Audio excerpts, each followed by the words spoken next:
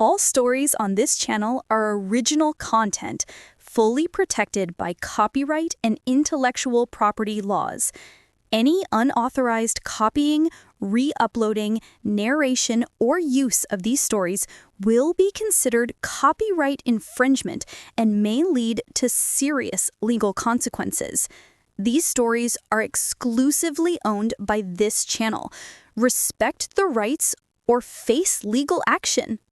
This story was sent to me by one of my subscribers, Emma R., and I wanted to share it on the channel. I think I was about 18 years old when I first joined the online dating community. One of my friends had convinced me to sign up. Since I had just gone through a terrible breakup, I figured I had nothing to lose. I was still technically in high school, only about 2 months away from graduation. As I was scrolling through one of the dating sites on my phone, I came across someone who seemed decent looking and fairly normal based on his profile. It said he was the son of a local cop, whose name I'll leave out because he's well known around these parts. We'll call him Officer V. His son's name was Ren. Ren had just moved in with his dad from Florida and was looking to meet new people. We chatted online for a while and decided to meet up and go for a walk. We met at a local ice cream shop and then walked around the downtown area, getting to know each other. Right off the bat, I wasn't super into him. He seemed awkward, but I thought maybe it was just nerves, so I decided to give him another chance. I was a member of the marching band in high school, and we always performed in local parades for Memorial Day and other events. That day, Ren and I had been texting nonstop, planning to meet up for a picnic after I finished the parade. When I told him we were just wrapping up and that I needed to go home and get cleaned up before meeting, that's when things started to get creepy. He insisted on picking me up right at the end of the parade. After 10 minutes of arguing, I finally convinced him not to. I told him to wait until I changed and was ready. After I finished getting dressed, I sent him my address and told him he could come pick me up then. Not even 3 minutes later, he was already parked outside. When I hopped into his car, the smell hit me immediately. It was awful, something that could only be described as rotting and dead. The inside of his car was a disaster. Food wrappers, dirty laundry. It looked like he'd been living out of it. I'm messy sometimes, sure, but never like that. I asked where we were going, and he said we were going out to dinner, but that he wanted to show me something first. We live near one of the largest national military cemeteries in the country, and that's where he took me. At first, I thought it might be a quick stop to pay respects since it was Memorial Day, but I quickly realized that wasn't the case. We drove through the cemetery as he pointed out every single grave he was even remotely related to. And it didn't stop there. We drove through 4 different cemeteries. By the time we left the last one, I thought we could finally get on with the date, but I was wrong. We went back to his house and I asked if we were still going to dinner. He said, "Yeah, but we have to wait for my dad. He's taking us." That immediately made me nervous. I was a good kid and never got into trouble, but the idea of sitting through dinner with a police officer watching me was unsettling. Why hadn't he told me this earlier? As we sat on the couch watching TV, waiting for his dad, Ren decided it was the perfect time to make a move. He leaned in to kiss me and tried to say something charming. I turned my face away instantly. The smell from his mouth was revolting. I've dated smokers before, and that never bothered me, but this was worse than anything I'd ever smelled. Thankfully, his father walked in moments later and said he was ready to go. After a few brief questions about my age and making sure it was legal to take me across state lines, we left for dinner. Throughout the meal, Ren didn't say a single word. Instead, his father interrogated me the entire time, asking about my school, my family, my plans after graduation. The dinner felt like an interview under bright lights. I couldn't wait for it to be over. I texted one of my friends under the table, asking her to call me and pretend to be upset so I could use it as an excuse to leave. When she called, I told Ren that my friend needed me.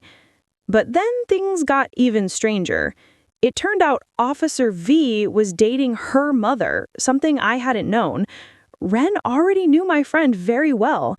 I told him I needed to get home, but he refused to take me back to my car. The only way to get to my friend's house was to drive past my house, where my car was parked, but he still wouldn't stop. After arguing, he dropped me off at my friend's place instead. I jumped out of the car without saying goodbye. I thought that was the end of it. After that disturbing day, the cemeteries, the smell, the strange dinner, I was sure he'd gotten the hint. I blocked him on the dating site and deleted his number. But things got worse. He somehow kept calling and texting me, even though I never responded. He showed up at the baseball games I worked at, just standing there and watching me. A few times the coach had to throw him out because he was bothering the team. I had my friend answer one of his calls and tell him flat out that I wasn't interested and to stop contacting me. It didn't help. The calls and texts continued for weeks. He even drove by my house at random times of the day. I only saw him once more after that. I was at a local bar and pizza shop with friends when he walked in. He came up behind me, trying to talk. I turned away and pretend not to see or hear him. He stood there in silence for a few minutes before finally walking out. I haven't seen or heard from him since. My friend still tells me how strange he is, especially since her mother ended up marrying Officer V. Apparently, Ren recently got married too. I can't help but feel sorry for that poor girl. I just hope he isn't as creepy to her as he was to me. Thank you to Emma R. for sending this terrifying story. If you have a story, send it in, and it might be featured next. This story was sent to me by one of my subscribers, Rachel K., and I wanted to share it on the channel. I've always loved the library in my town for a lot of reasons. The free Wi-Fi, the rows of books, and the peace and quiet I can never seem to get at home. The building itself is beautiful too. It's a 3-story structure that's always reminded me of a castle, with its old brick, wood, and stonework, spiral staircases, and high arched windows. I could spend hours there just getting lost in the shelves, even with the musty smell of old paper hanging in the air. But as I found out one afternoon, not everything inside the library is as peaceful as it seems. Sometimes, even the safest places can hide something dark. That Saturday started off like any other. Lazy breakfast, pajamas until noon, and then an afternoon trip to the library. I decided to head up to the fiction section on the 3rd floor before spending some time on the computers. The scuffed wooden floor creaked softly under my shoes as I wandered through the aisles. I'd been there so many times that I knew exactly where my favorite books were, but I still loved to browse, always hoping to discover something new. I was so lost in my thoughts that I didn't notice someone coming around the corner until I ran straight into them. We collided hard enough that my glasses nearly flew off my face. The person I'd bumped into dropped what they were carrying, and as I knelt to help, I expected something like a meet-cute moment. One of those movie scenes where 2 people bump into each other and it turns into instant friendship or romance. But this wasn't that kind of moment. When I looked up, I saw a young woman, maybe in her early 20s. She was cute, but her face wasn't smiling. It was filled with panic. Her eyes darted around the room, and she seemed terrified. I apologized quickly and reached down to hand her the item she had dropped. That's when I noticed what it was: a small can of pepper spray.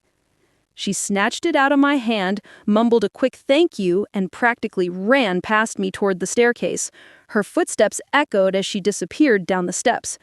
Confused, I turned around and froze. At the other end of the aisle, a man was standing completely still, half hidden in the shadows. His hood was pulled low over his face, but I could see his wide, bulging eyes staring right at me.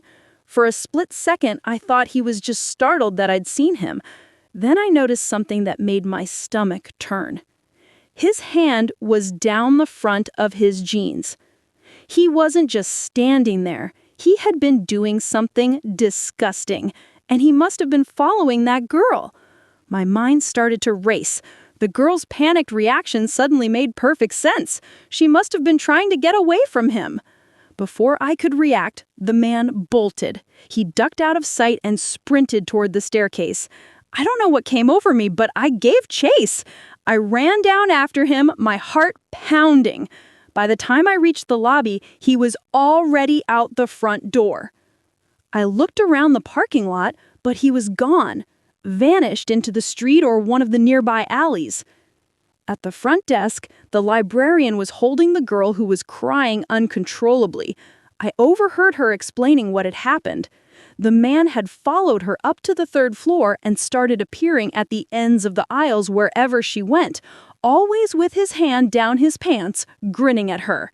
She said he kept getting closer and closer, blocking her escape routes. When she finally turned down the aisle where I was, she ran straight into me, and that gave her a chance to escape. She saw me again as I came back into the lobby and thanked me through her tears. I offered to walk her to her car, and she accepted. She was still shaking when we reached the parking lot. I never saw that girl or the man again. I still go to the library, but I'm a lot more aware of my surroundings now. Sometimes I think about how easily things could have gone differently. What if I hadn't gone to the fiction section that day?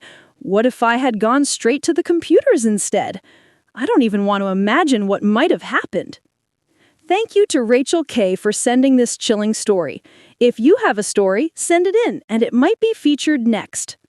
This story was sent to me by one of my subscribers, Daniel M., and I wanted to share it on the channel. This happened about 10 years ago. I was in graduate school at the time, working on my master's degree in clinical social work. My practicum was at a confidential shelter that housed women and children seeking refuge from domestic violence. Since I was only an intern, I often worked late-night shifts, sometimes staying well past midnight. One night, after closing up at the shelter, I started heading home. The roads were mostly empty, which wasn't unusual for the small town I lived in. As I approached a red stoplight, I noticed a man stumbling a few yards away, walking toward the crosswalk. Immediately, I felt a wave of unease. My instincts screamed that something wasn't right. Without thinking, I reached over and locked all of my car doors.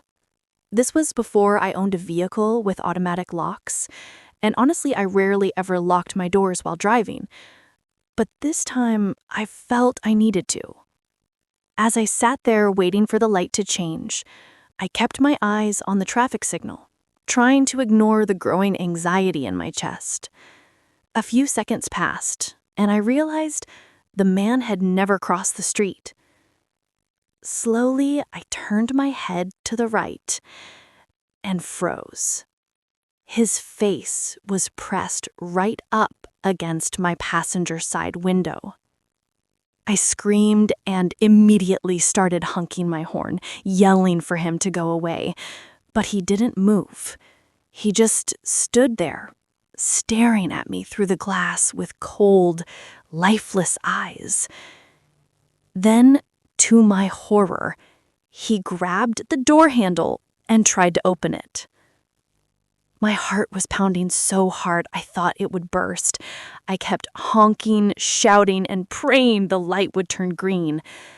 The man finally stepped back, but instead of leaving, he walked around to my side of the car. I could see him in the corner of my eye, moving fast. He tried the driver's side handle next, shaking it violently. When it wouldn't open, he took a wide stance beside my car, like he was about to lunge. Then he started slamming his hands against my window over and over, the sound echoing in the empty street. At that moment, instinct completely took over. I thought, screw this. I slammed my foot on the gas and ran the red light. The man stumbled backward, and I think I might have run over his foot as I sped away, but I didn't care. I just wanted to get as far away as possible. When I got home, I woke my husband up and told him everything. He immediately called the police. They sent someone out, but by the time officers arrived, the man was long gone. The officer told me I did the right thing, running the red light, locking my doors, and getting away. He even said that if I did run over the man's foot, I probably saved myself from something much worse. To this day, I still shudder when I think about that night. I never drive with my doors unlocked anymore. Thank you to Daniel M. for sending in this terrifying story. If you have a story, send it in, and it might be featured next.